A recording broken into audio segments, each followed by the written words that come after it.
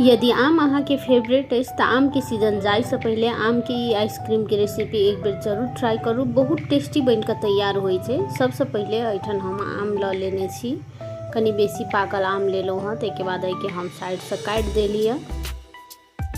एना के काटि के आम के ऊपर के भाग निकालला के बाद ये आँठी सब के हम साइड साइड से हल्का कट लगा दै छी। ताहिके बाद एके एना के हाथ से जब घुमेबे तो बहुत आसानी से निकल जाए छै ये आँठी।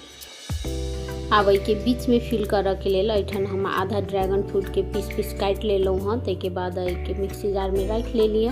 2 से 3 चम्मच रख लिए चीनी, साथे फ्रेश छाली रख के हम पीस ले लिया। अब आम में हम भर देलहुँ हँ। ताहिके बाद ये आम के जो ऊपर के ढक्कन छलै उ लगा के हम 12 से 15 घंटा के लिए फ्रिज में छोड़ लिए। तब निकाल के हम काटि लै छी, देख सकै छी। एठनी आम के और ड्रैगन फ्रूट के आइसक्रीम बनकर तैयार भ चुकल है, देख सकै छी। देखते कते आकर्षक लागि रहल छै, खाहू में बहुत टेस्टी बने छै। रेसिपी एक बेर जरूर ट्राई करब।